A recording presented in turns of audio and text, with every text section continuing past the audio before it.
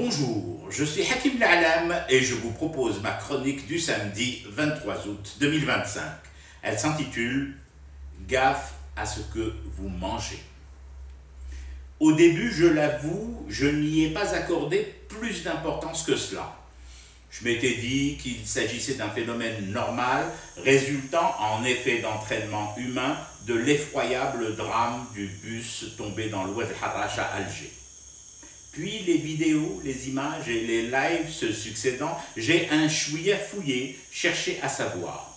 Comment, par quel phénomène étrange, ont soudain tout à coup fleuri sur la toile des milliers de postes sur des autobus déglingués roulant à tombeau ouvert dans nos villes, de scènes de violence inouïes montrant des affrontements au sabre dans nos quartiers et autres joyeusetés d'un quotidien que l'on aurait voulu imprimer dans nos neurones comme le vécu des Édiens. Jusqu'au gros plan sur une roue de bus usée au fer, jusqu'à l'affrontement entre deux bandes rivales filmées avec des moyens que l'on aurait dit ceux de studios vachement bien équipés, sans flou, en une prise avec des cadrages professionnels. Jusqu'à ces lettres qui sortent de prison X, alors que les détenus censés les avoir rédigées sont emprisonnés dans le pénitencier Y.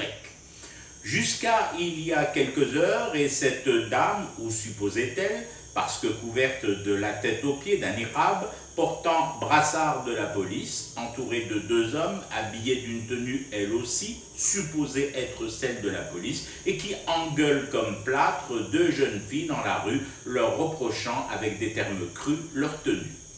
Jusqu'à... Je pourrais ainsi décliner en longueur le listing de ces documents en éclosion miraculeuse au timing magique. Attention, ici je me dois d'allumer plein feu mes warnings. Il ne s'agit pas pour moi de dire que la DZD est un paradis sur terre, ni d'affirmer que dans cette contrée, aucun bus ne peut déraper.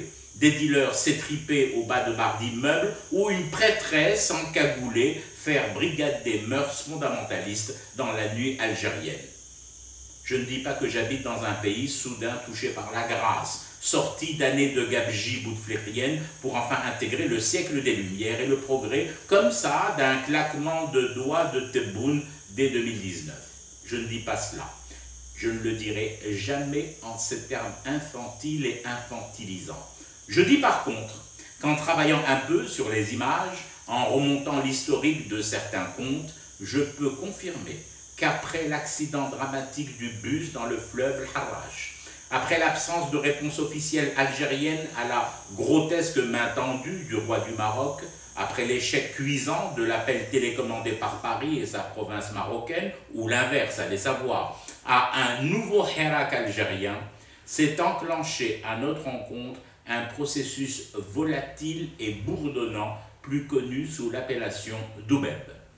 Cette fois, et en réaction proportionnelle à la détermination des Édiennes de passer à autre chose, d'en finir avec plus de 60 ans de compromis historiques de voisinage rafistolé, le plus souvent à notre détriment et désavantage, la campagne actuelle d'intox est d'un calibre exceptionnel.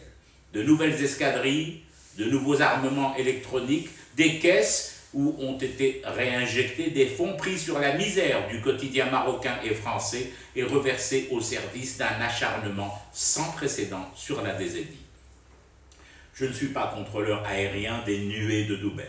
Je ne prétends pas non plus être une batterie de défense antiaérienne. Il y a des services de sécurité dont c'est le boulot. Et ce boulot, ils le font. J'en appelle juste, de manière citoyenne, humblement et modestement, à faire encore plus attention en la période actuelle. L'été finissant est propice aux intoxications collectives. Avant de bouffer n'importe quoi au grand resto de la virtualité et de la toile, retournons avec couteau et fourchette cette bouffetance sortie des bâtiments à mouches, pour nous éviter les maladies de la rentrée. Une rentrée que certains tentent de configurer ailleurs que chez nous. Je fume du thé et je reste éveillé. Le cauchemar continue. C'était Hakim L'Alam. Je vous retrouve demain pour une autre chronique et une autre façon de dire son amour à l'Algérie.